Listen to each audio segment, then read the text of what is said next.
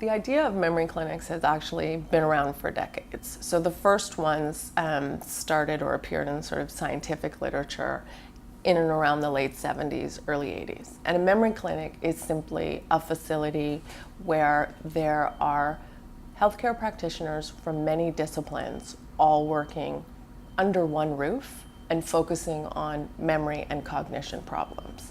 So in Europe, they have a longer history of memory clinics, although not that much longer, also back about the 60s. The idea being there's a recognition that aging populations can mean by definition a greater incidence of dementia, and what is the best way to provide care for these places, for these people in these places. So Canada, first memory clinic in and around the 80s, but the idea of providing service to people with dementia through a memory care clinic is growing and expanding.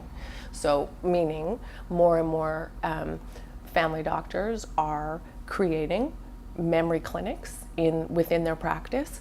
Most of them, that's not a full-time practice. So it could be half a day or 2 days a week where they offer 4 hours for their patients to come in and learn about, talk about, deal with those problems related to memory and cognition. And then there's other models of memory care clinics that are hospital-based. So they are one arm of the specialty in much the same way that you would have a maternity ward or something. You can go to the memory clinic within a hospital where they have neurologists and social workers and gerontologists all focused on one discipline and one specialty to help you. And then standalone practices that are devoted only to that. You would get a referral from your primary care physician and they would send you to a memory clinic.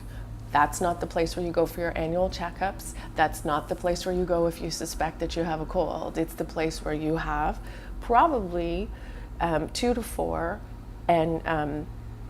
appointments per year, and all you talk about are those circumstances, conditions, symptoms that are related to your memory.